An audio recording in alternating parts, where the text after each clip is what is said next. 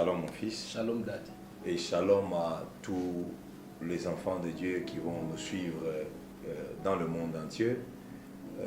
Nous faisons cette émission directe pour vous révéler que vous devriez faire attention. Vous deviez ne pas être distrait. Vous devriez, n'est-ce pas, à vous lancer dans la prière et la lecture de la parole de Dieu.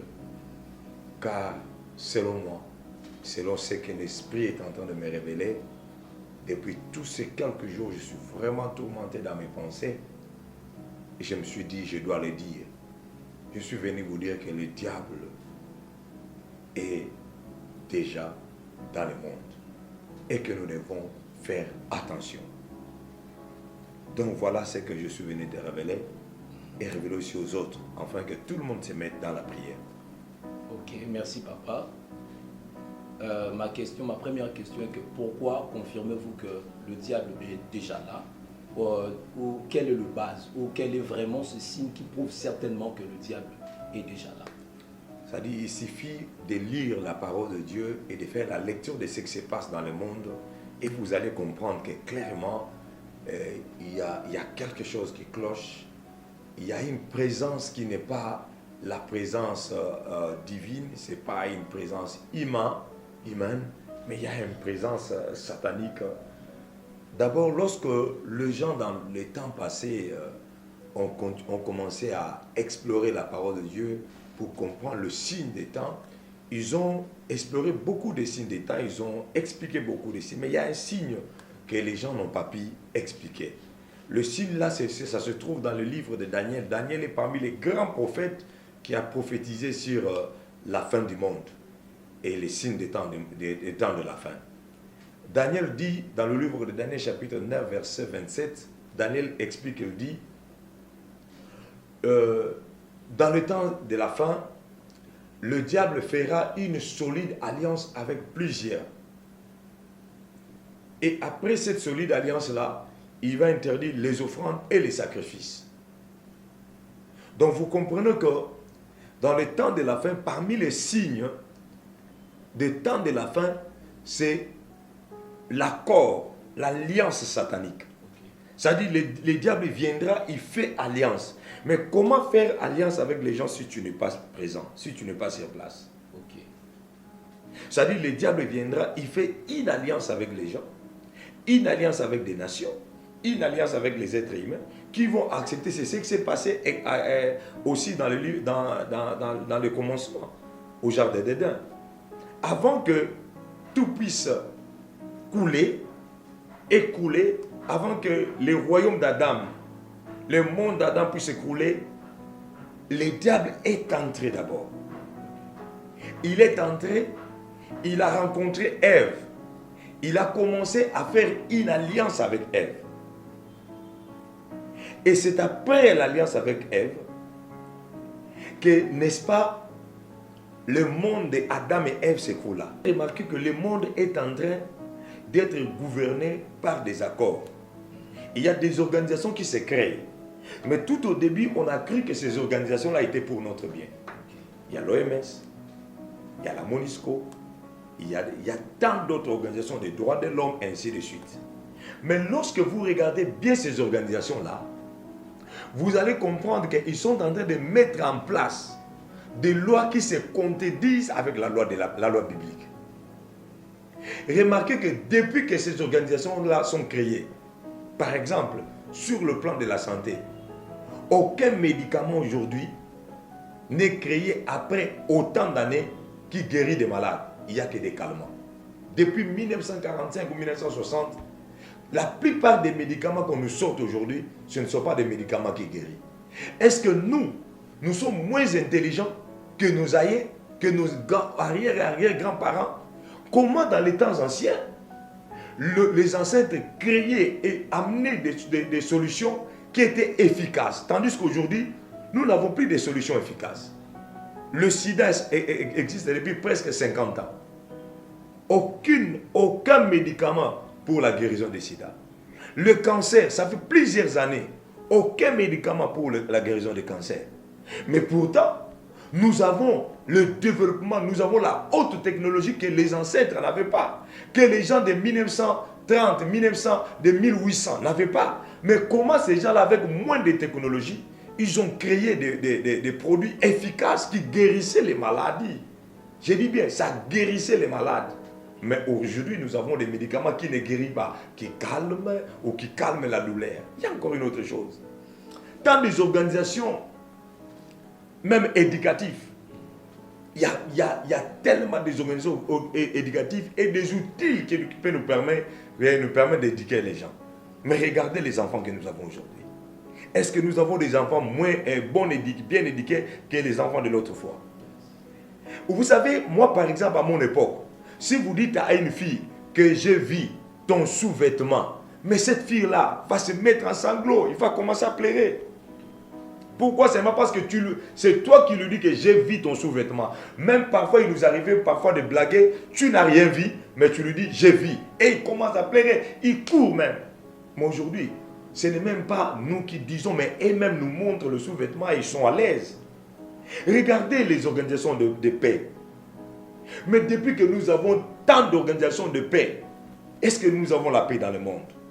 Nous, par exemple, chez nous au Congo, regardez, partout la MONUSCO, l'ONU passe, ils n'arrivent toujours pas à mettre la paix. Combien des années les Américains sont à Pakistan, à Afghanistan? Combien des années? Vous remarquez que, ça dit, il n'y a que des accords, parce que toutes ces organisations-là, ce sont des accords. Les gens se mettent ensemble pour mettre des accords et pour établir des lois. Mais remarquez que tous ces accords-là n'amènent pas la solution réelle au problème des humains, mais ça crée des problèmes. Mais c'est grâce à toutes ces organisations-là qu'aujourd'hui, il y a la montée, par exemple, de lesbianisme, de l'homosexualité.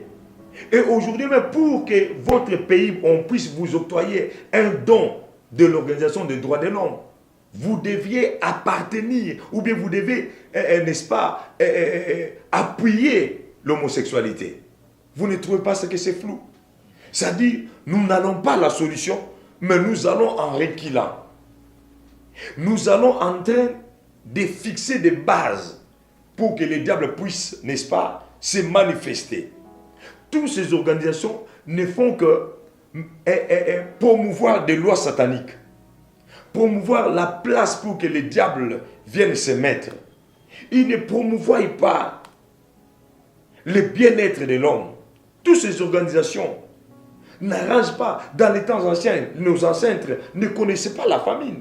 Mais depuis qu'on est en train de parler de la lutte contre la famine, mais regardez, la famine continue. Mais nos ancêtres ne souffraient pas de manque de la nourriture.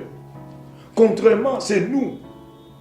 Et contrairement, nous sommes au siècle où il y a certaines personnes qui se sont immensement enrichies, mais ils ne partagent pas. Mais ils continuent à s'enrichir. Et ce sont ces gens-là qui sont derrière toutes ces organisations-là, des droits de l'homme, des banques mondiales, des MONUSCO, des droits des libertés, ainsi de suite. Ce sont ces gens, les richards-là, les hommes immensement riches, des hyper puissants qui gouvernent même le monde. C'est ainsi que je dis, les diables existent, les diables est quelque part. Et il y a que certaines personnes qui le côtoient, qui le voient. Il y a certaines personnes qui connaissent ces secrets-là. Ce sont ces gens-là qui le voient, qui le parlent et leur donnent des instructions. Ils viennent installer des lois qui vont permettre que les diables puissent gouverner la terre. Parce qu'il y a quelque chose qui empêche la manifestation physique du diable. C'est seulement l'Église. Merci, papa. Petit à petit, ça devient trop clair. Ma troisième question est que, explique-nous, est-ce que tu peux nous expliquer tout ce que tu es en train de nous dire clairement? Je disais que je peux vraiment vous jurer que le diable est déjà sur la terre. Je suis en train d'expliquer. Je me dis, il est probablement caché dans quelque part, dans un corps, dans un immeuble, en train de bouger les choses pour que le monde soit à sa merci. Il attend que tout soit prêt. Il est en train d'amener les hommes à genoux, les nations à genoux pour qu'après, qu'on aille chercher de l'aide auprès de lui. C'est ce qu'il a toujours fait. Il a fait ça avec les enfants d'Israël. C'est pourquoi Dieu dit ceci aux enfants d'Israël, dans le livre d'Ésaïe, n'allez pas chercher le secours en Égypte. Ça dit, il crée des conditions pour qu'après, qu'on aille vers lui. Maintenant, là, nous vivons dans des conditions où l'homme est coincé, l'homme est à genoux, même les grandes nations sont à genoux. Bien-aimés dans le Seigneur, nous ne savons même pas si nous allons nous en sortir. Nous ne savons même pas si les pays vont se redresser. Tout ce que nous vous demandons, c'est d'être prudent, de se réveiller, de prier, de lire la parole de Dieu, de comprendre ce qui est écrit. Parce que, comme je le dis dans le livre de la Genèse chapitre 3, à partir du 2e verset, l'homme était calme dans son jardin. Mais pour que le monde puisse s'écouler, le diable est entré par le serpent. Donc il était déjà là. Il était déjà là. Mais avant de se manifester, il a commencé à créer des accords. Il a fait un accord. Ils se sont salis. Quand on dit accord ou bien une alliance, l'alliance veut dire aussi accord. C'est-à-dire, il a expliqué à Ève. Ève a compris, Ève a voulu, n'est-ce pas, établir maintenant la loi du diable, que si nous mangeons, nous n'allons pas mourir. Or, l'homme était en train d'aller dans sa perdition.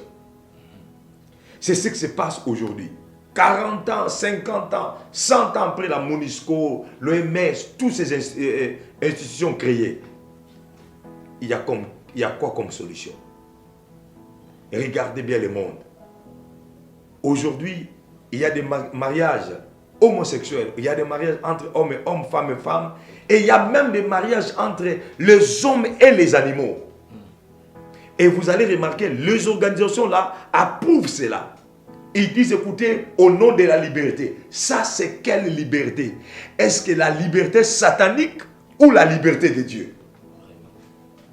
Mais vous allez voir, les pays qui sont en train de refuser ces choses-là, on les refuse aussi de l'aide. On nous refuse de l'aide. Pourquoi? Et quand on veut nous apporter de l'aide, c'est quelle aide? Ça ne représente presque rien. Ça ne représente presque rien. On vous amène 350 ou 380 millions. Un pays, par exemple, comme le nôtre, 2 345 000 km². 2 345, vous imaginez 2 345 000 km² avec plus de 80 millions d'habitants. Plus de 80 millions d'habitants. On vous donne de l'aide de 380 millions de dollars. Et cette aide-là, lorsqu'on vous le promet, ça vient en compte-gouttes. Et il y a tant de conditions. Ils ont de l'argent, mais ils sont incapables de vous donner 1 milliard, 2 milliards, 10 milliards du coup comme ça, pour résoudre directement les problèmes. Parce qu'ils ne veulent pas que nous puissions résoudre les problèmes. Parce que le diable est quelque part là, derrière ces gens-là. Il est en train de diriger le monde. Il attend que l'Église puisse partir et maintenant faire asseoir son royaume et commencer à mettre les gens les cachets des 66. Réveillez-vous, bien-aimés dans le Seigneur. Réveillez-vous. Vous savez, l'air c'est l'air. Nous allons continuer dans notre prochaine partie. Soyez bénis. Priez là où vous êtes. La Bible dit, à ce temps-là, réveillez-vous. Ne soyez pas distraits. Priez. Lisez la parole de Dieu. Car nous pouvons être sauvés que si le Saint-Esprit et si nous avons l'aide de Christ. Que la grâce et la paix de Christ vous soient données au nom de Jésus-Christ. Amen. Amen. C'était le révérend Gustave Dorcisius. Soyez bénis.